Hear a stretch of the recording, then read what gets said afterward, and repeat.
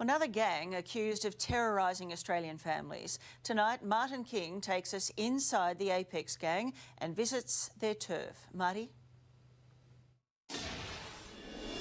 Thanks, Tracy. I honestly thought I would never see the day, but that day has come. Violent home invasions, the new norm. Violent, terrifying carjackings, the new norm.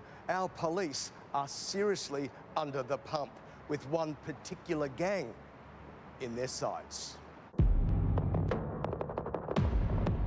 They're just a bunch of hooligans going around trying to terrorise the city, terrorise the people. They're doing violent home invasions, carjackings and other kinds of crime which just scare people half to death. We're paying the price. So the question is, how do we deal with it? We're paying the price.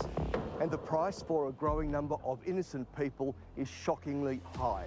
We've never seen anything like this before. On this scale, the brazenness, the brutality, the cruelty. And this is where it all began, the birthplace of the Apex gang, Apex Street in Dandenong, east of Melbourne. Talk to the residents here and they'll tell you this street is quiet and friendly, the absolute antithesis of the thugs who took its name.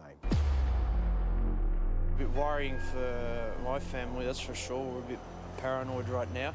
They don't seem to have any concern for the level of violence they dish out on their victims. Victoria Police Assistant Commissioner for Crime, Steve Fontana. He's an experienced cop and he's seen it all. But these crimes are a whole new challenge. I won't say it's easy for us, but we are getting much better at what we're doing. And that coordinated response, bringing the investigative grunt across this organisation together, is paying dividends. Do you have enough grunt? Yes, we do.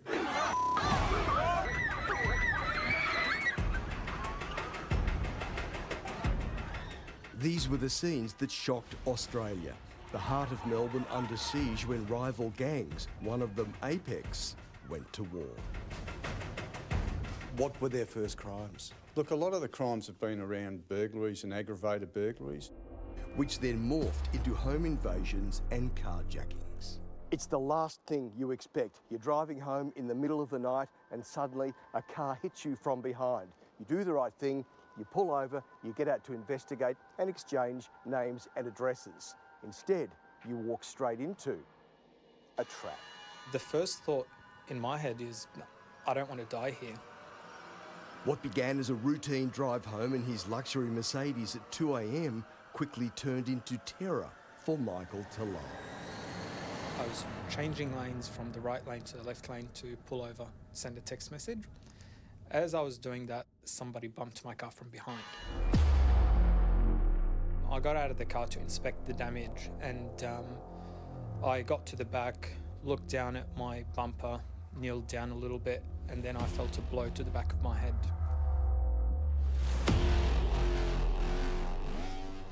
It was a classic gang carjacking, vicious even when the victims complied. I gave them everything they wanted. I did not argue back, I did not fight back, I did not say a single word back to them. Michael was surrounded by 6 men armed with a baseball bat. It basically hit me in the face, smashed my glasses onto my face, broke the lens on my face and everything. 3 of them grabbed me and dragged me to the sidewalk, and the others continued basically hitting me with the bat. Favoured gang weapons are the bats, hammers, crowbars, even guns. And Apex, say police, isn't the only gang terrorising the innocent. They asked for my phone and they asked me to unlock it and to give them the passcode. Once I did that, they then actually asked me to go into the settings and delete all iCloud and erase everything off the phone. Very frightening. As soon as you hear a noise outside at night now, you sort of worry what's happening out there, so you're peeking out the windows. Throughout the entire time, they were actually hitting me with the baseball bat, so I received quite a few blows around my body and stuff. The gang stole Michael's car and phone and were later filmed casually refuelling the Mercedes at a petrol station. Later, his car was used in a home invasion. It's a sickening new trend with the carjackings, home invasions and other crimes, leaving victims traumatised. They grabbed him in a headlock and punched him in the face.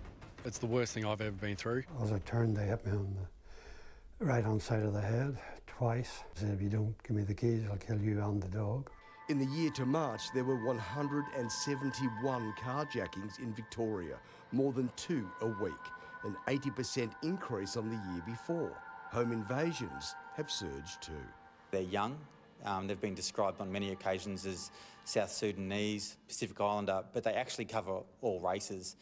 Some of the senior members have actually been Afghani, Pacific Islander and other European areas. Herald Sun crime reporter Anthony Dowsley has investigated the Apex gang and other gangs for almost a year. But you don't have to be driving your car, he says, to be a target. If they see a luxury car in the driveway, they'll want it. So they go in, get the keys, they can smash in doors or they can climb through a window. They wake the owners up, they make demands, sometimes they belittle them, and then they get what they want and go. Apex gangs are a really loosely affiliated group of young people who are challenging each other to go on nights of crime together and commit carjackings, home invasions and other kinds of crime. Now they challenge each other. What's all that about? Well, the challenges can come through social networking, so they can get on formats like Wicker or Snapchat and dare each other to do crimes.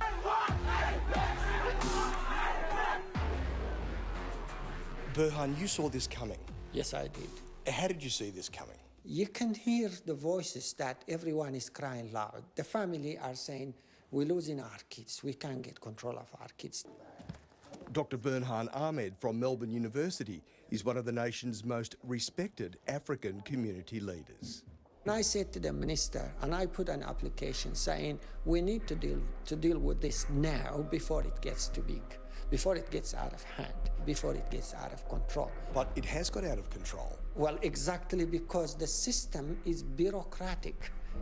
They believe in paperwork. They don't believe the problems on the street as problems unless they get them in writing. These gang members, you've met them. What are they like? Well, look, to be honest with you, these are boys speaking loud because they lost hope. They lost direction in the process. They've lost hope. They lost hope because they've been out and about, and the system doesn't listen to them. They were looking to study, they're looking to work, but they don't know where to start. I've just spoken to an African community leader, and he's concerned that the state government's not doing enough and the police aren't doing enough, i.e. grassroots, getting out there, getting amongst the families and the young people and talking to them. What do you think about that? Well, look, I've had this... Can we do more? I think absolutely. I think that's what we need to do. So the Police Commissioner has organised a youth summit to start that conversation. Lisa Neville is the Victorian Police Minister. The problem is so serious, she says, a special statute is being considered. We're looking at carjacking offence at the moment as a cabinet, what we might be able to do with the police to make it a specific offence. To change the law. That's right, to change the law as well. I have spoken to some of them. They regret what happened, what they did. They do regret? They do regret. Because it seems to me they don't regret. No, there may be some individuals with them, but I spoke to a few of these, and I see their regret in their face.